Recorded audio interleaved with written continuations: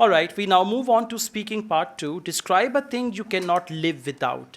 Not mobile phone or computer, anything else that you cannot live without. Yes. I think nothing in my life is so important that I wish cannot live without it. I think I personally believe that everything has a substitute. So I normally not get attached with emotionally with things. It could be a person, but not things. But I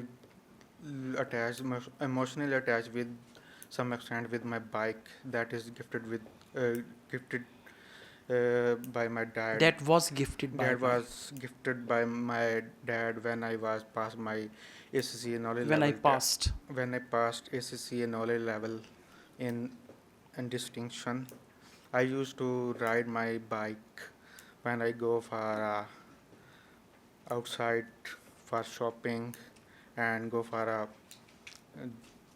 work. So it is very valuable for me.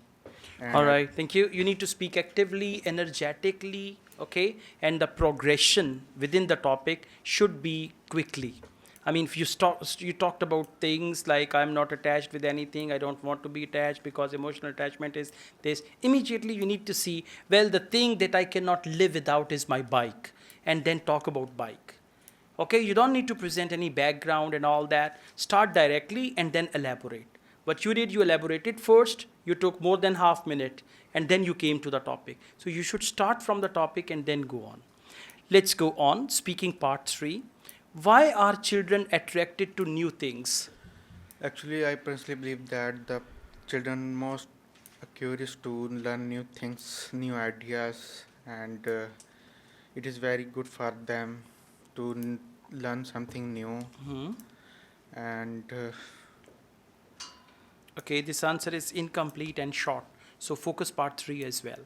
Okay, and I got the book. You need to practice from there. Okay, okay. thank you.